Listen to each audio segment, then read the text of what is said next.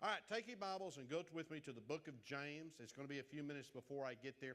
We're going to conclude the summer series that we have started a few weeks ago called The Trap. We're going to conclude it this week, get it wrapped up, move on to some other things. And what we've been talking about is dealing with our ups and downs of feelings and emotions in life. And dealing especially in the area when we get upset, when we get mad. Now, I know none of you ever get upset. None of you ever get mad, but that's what we've been dealing with when we get our feelings hurt and how we handle those emotions when that comes. Because we have to balance our commitment to a Christian life and what emotions pressure us to do. Because a lot of times I know what I should do, but all the feelings and thoughts are pressuring me to do something else. And I know if I go through that, a lot of other people go through that also. One of the key things that we started out on was the phrase, we are people of faith, and our emotions should follow our faith, not our faith follow our emotions. And there's only been about 10 times this week I've had to remind myself of that in dealing with some situations, not in the church, but with some family situations, extended family situations, that I have to be a man of faith and trust God and not get emotionally involved. Does that make sense to anyone besides myself? So we've been going through 7 steps, and I'm going to quickly go through the ones that we've already talked about. Number 1 was this: getting upset's going to happen. Now, these are the 7 steps to processing thoughts when you start getting upset. Getting upset's going to happen. No one's exempt. I've had people look at me, and I got upset because of the way that they looked at me. Then I've had people get upset with me, and it happens at church, not real often, but it happens sometimes. I can just look in somebody's direction, and they'll get upset at the way I looked in that direction, and I wasn't looking at them at all. Or I might have a reference to something or say something, or my inflection of voice wasn't just right, and people get upset with me, and then I get upset that they got upset, and I'm not even sure what we were all upset about. So I had to learn that it's just going to happen, so I've got to learn to deal with it. Because the natural tendency is to pull back and say, look, if it's just me and Jesus has got everything worked out, and then I won't have any problems. It's me and Jesus. Well, Jesus, yes, he pulled away for a time of prayer and meditation, but he had his 3 inner circle of James, John, and Peter, and then he had the 12. So even then, Jesus was dealing with all of those that he selected. You're not designed to be by yourself. God said in Genesis, it is not good for man to be alone. And so he gave him Eve, and then he gave them the commandment to have kids. So to accomplish whatever God has for you in your life, most likely, you're going to have to work with or for or supervise someone. It's just going to require being around other people. And so we have to learn to grab a hold of these negative feelings when they start and get a control of them. Number 2, you don't have to stay offended once you get upset. The devil wants you to stay upset. The devil wants to rob you of the peace that God has for you. The devil wants to rob you of the joy that God has for you. The devil wants you to focus on being upset. You don't have to stay offended. So when you realize, okay, I'm upset about this, I need to back up and change things. That brings us to number 3, adopt a new motto called good fruit. Because the fruit of the Spirit is love, joy, peace, patience, kindness, goodness, faithfulness, gentleness, and self-control. So we have to focus on that and get our eyes off of whatever we're being upset on. Yesterday I had the opportunity here locally. How many of you know what Hobo Joe's is? Okay, for those of you who don't know what Hobo Joe's is, I had to learn when I moved here. Now, please understand, when you move here and you use the term Hobo Joe, we don't know what you're talking about. You know, because I remember that first summer and it was hot and somebody says, hey, have you had your Hobo Joe? I looked and I went, have I had my what? Because in my mind, I'm going, I'm supposed to go find somebody named Hobo Joe? No, have you tried a Hobo Joe? Well, what do you mean? I don't know who Hobo Joe is. But yesterday, I wanted to treat Cindy to a Hobo Joe. Of course, in treating Cindy to a Hobo Joe, I meant I treated myself to a Hobo Joe. I'm standing there, And it was yesterday afternoon, and there was a pretty good line, and there was only one window open, and there was 2 or 3 little groups of little munchkins that decided that they were more eager to have a Hobo Joe than I was in the line.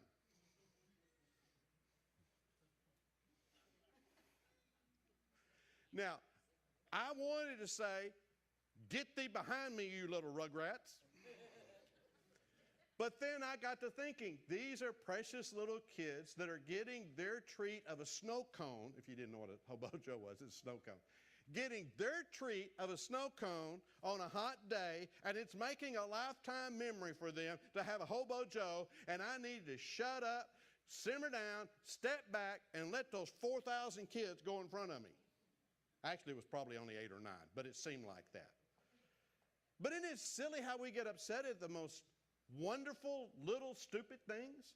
And I had to remember what I'm preaching on today. Have good fruit. Good fruit, Rick. Good fruit. Good fruit. Let me give you this. You do not have to be a yo-yo Christian up and down on being upset all the time. You can be strong in your faith and become a person who is like a tree that's planted by the water. You're not going to get moved by things. That doesn't mean you don't get upset, but it's not for long. Isaiah chapter 26, verse 3. The Lord speaks to the prophet Isaiah, says, "You will keep in perfect peace all who trust in you, all whose thoughts are fixed on you." You have perfect peace when your thoughts are fixed on God. When they are fixed on something else, you're not going to have peace because there's too much volatility there. Now, I hope you found James chapter 3. And this is where the rubber meets the road, and we start really trying to work it out. Because this sounds good. We realize that we all get upset. And the trouble begins in our mind, and James explains it this way, James 3:16. "For wherever there is jealousy and selfish ambition," or you can say jealousy and being self-centered, "there you will find disorder and evil of every kind." So if you want to open the door to the devil to play with your head, to play with your emotions, to get things stirred up in your family, just let jealousy and selfish ambition or self-centeredness come in, and then there is evil of every kind. Look at your neighbor and say, "Amen, I'll have to remember that this week." All right, that brings us to number 4, and this is where we start to wrap this up. Recognize when you start to get upset. Recognize it. Right then. Grab it. Had several other situations this week in some areas that I volunteer in. I picked up the phone, said hello, and I was greeted with a complete string of profanities and accusations of something that I had no part of being or nothing else, but he was told that I was in charge of that, and so he was venting all of his venomous anger and vocabulary toward me. And it's amazing how you can go from loving God and worshiping the Lord and being a pastor and a mighty man of God of faith to, "I'm about to take you out." I know y'all don't do that. I know you're much more mature. You don't get upset. You would have said, "Oh, God bless you. I love you. Let me pray for you." I was going to lay hands on them suddenly if they was in there in person, because they were saying some pretty ugly things. How many of you know the devil knows exactly what button to push to get your the proverbial dandruff stirred up? He knows exactly what to do to get you all upset. There are certain things that don't bother me that used to bother me.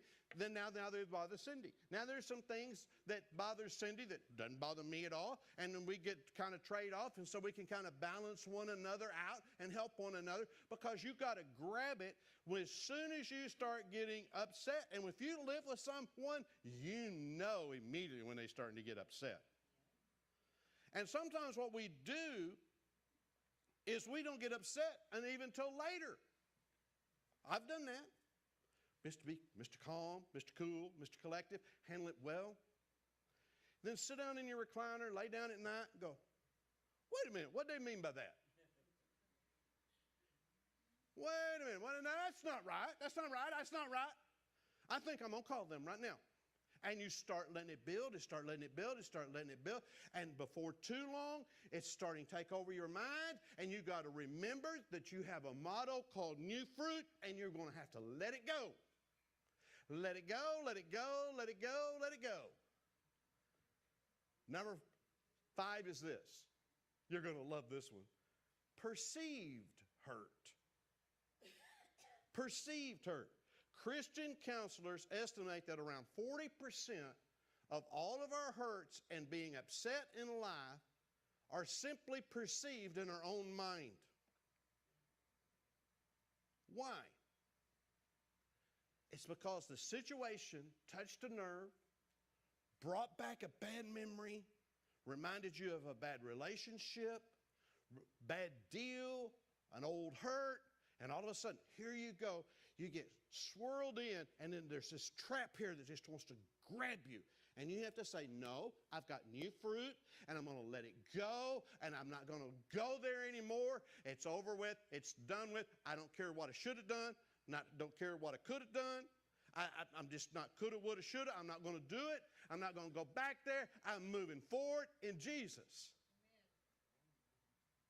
Because I've had people come to me. There was a teaching that went around churches for a number of years, and there's a lot of truth to it about forgiveness and what you need to do to heal relationships. And a part of that process, a lot of the teachers were go to the person and tell them that you have hurt them.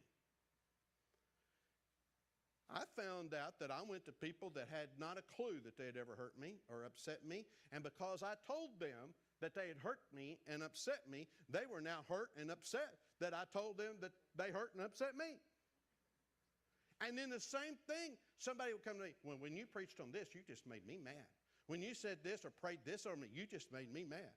And I'm going, what's wrong with you? So you have to use a little bit of wisdom on whether or not that you're going to go to somebody and talk to them about this perceived hurt that you have had, because sometimes they don't have a clue of what you're talking about. Now, in marriage, that's something totally different. Because when Cindy says, we need to talk, that means, uh-oh. That means turn the TV off, sit down, and listen what you had bad words to say. I'm not saying cursing, but you chose the wrong language, and most of the time it was a tone of voice, or I interrupted something, I did something wrong, and it hurt her feelings, and in which I need to apologize, and all the women said,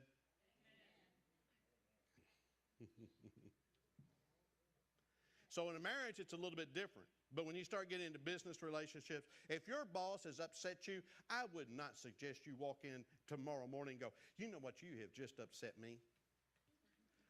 You have ticked me off, Mr. Boss. I don't have anything else to do with you, Mr. Boss. To which the boss will say, I don't either. Please go to HR, and you will pick up your separation papers. You're no longer employed here. You have to use a little bit of wisdom, Number six. Don't talk to other people about it. Confide in one or two proven friends that you can trust who will pray with you about it. Remember the model that Jesus left us. Peter, James, and John. That's the inner circle. Then the 12. And we know that he couldn't even trust some of those in that 12. But today what happens is we just share it with maybe one or two people, say just pray with us, and we love them, and we trust them, and confide in them, and then we put it out there on social media for about 5 billion other users to see it. And go, well, I didn't mean anything about it. Oops.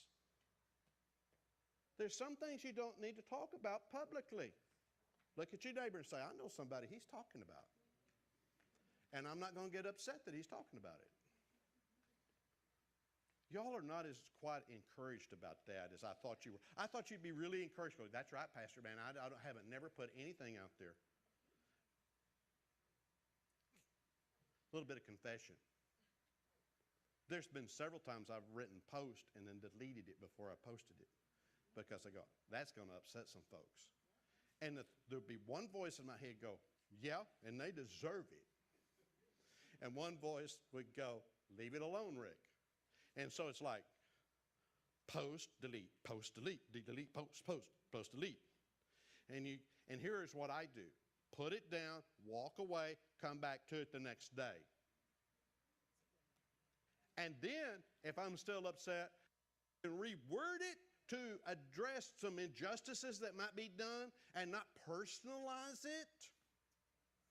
But if I just jump out there and start writing for my emotions, I'm going to hurt some folks.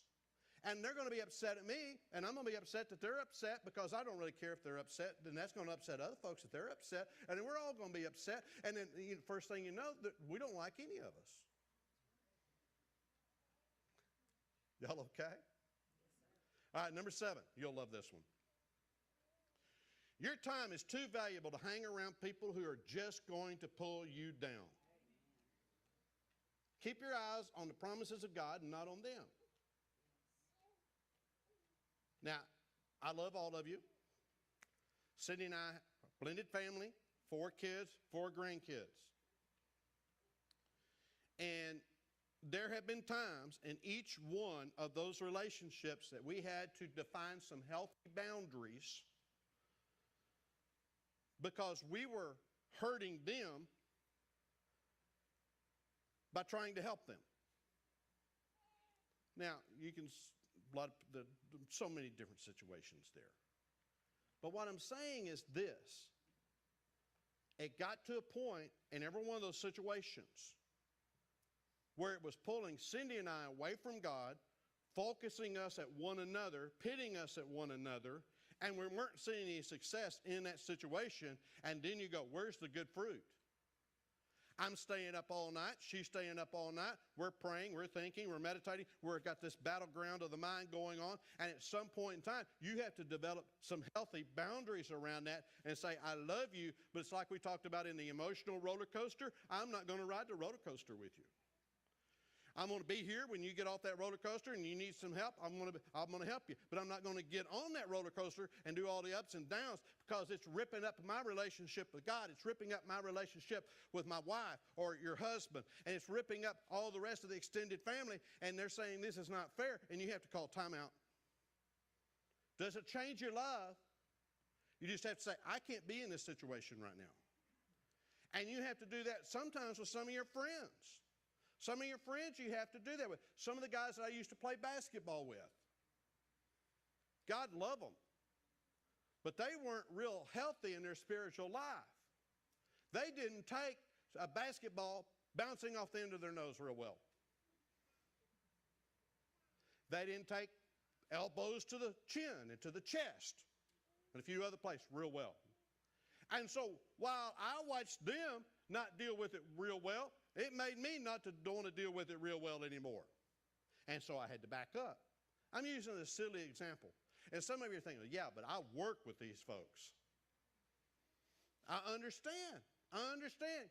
Ask God to give you the grace to deal with those people or move you or move them. I did that one time. God promoted every one of them. Every one of them got a promotion. And I got left behind. You don't think that doesn't work on your brain? I mean, I was having trouble with about 3 people. I just clashed with them. I just clashed. I said, God, you're going to have to move me or move them. And he gave every one of them a promotion.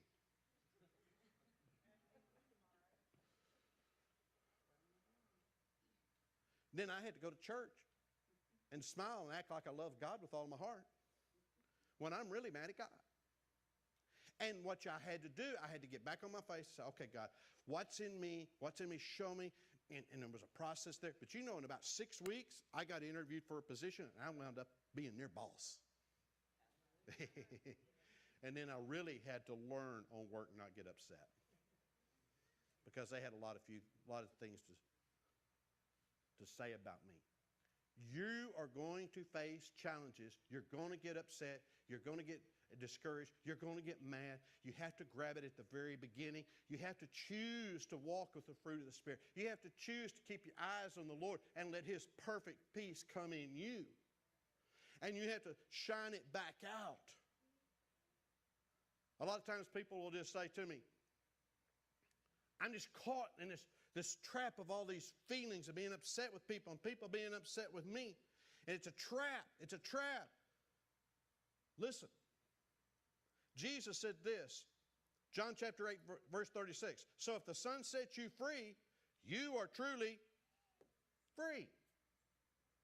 So if you have been forgiven of your sins and God has set you free from your sins, has given you salvation or that sozo that means deliverance, you have a choice. You don't have to be trapped by those feelings. That's the reason the Old Testament prophet said you can soar on the wings of eagles. Even if you're running around with a bunch of turkeys, you can soar on the wings of eagles. There may be buzzards flying right below you, but you can still be on the wings of eagles. It's a choice that you have to make, and you have to be responsible for it. Or else you get sucked into Satan's trap, and it steals your joy, steals your happiness, starts breaking down relationships. Usually when all that happens, there's bad financial choices because you go out to buy something to make you happy or because you deserve it, and you make payments on it for 10 years on something that you didn't even like.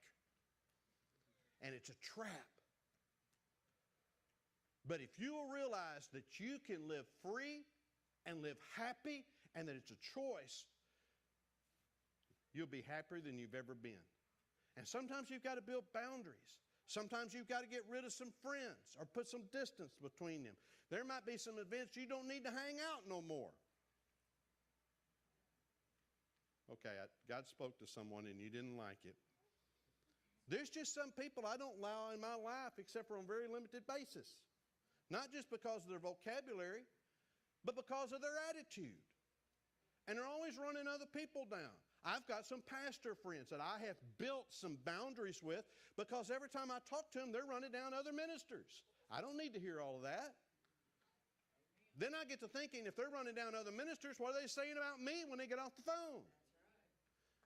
Then I get to thinking about them and what they're saying, and it just messes with your head. So I have to limit those things. This is just a way of life, a walk of life, that you have to filter who comes into your life, who you let stay in your life for a long period of time. But I love them so much, Pastor. Jesus loved Judas just like he loves you.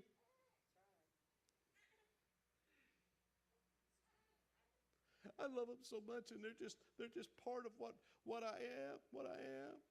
No, part of what you were set free from.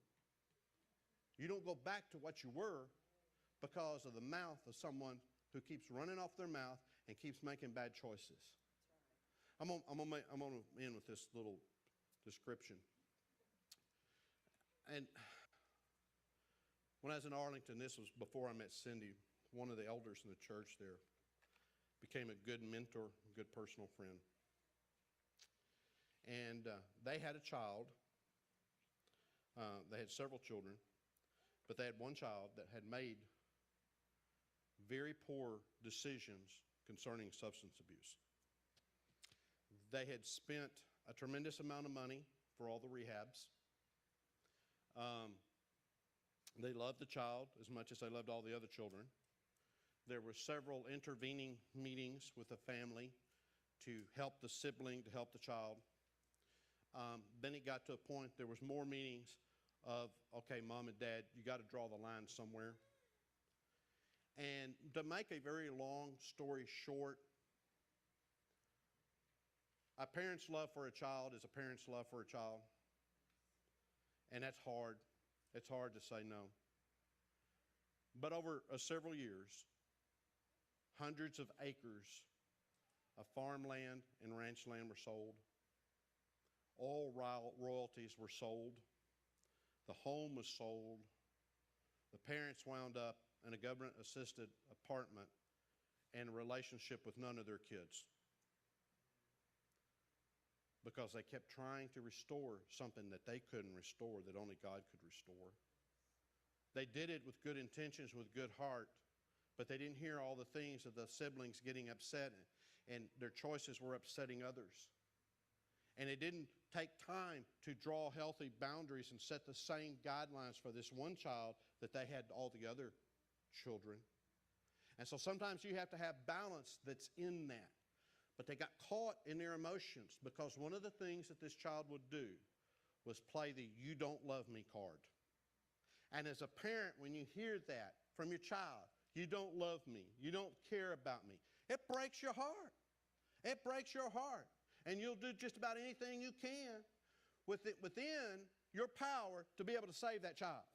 But at the same time, you learn that there is something speaking through that child other than that child, because this is a game of manipulation that's being played that is sucking generations of family wealth out and leaving the future generations without anything.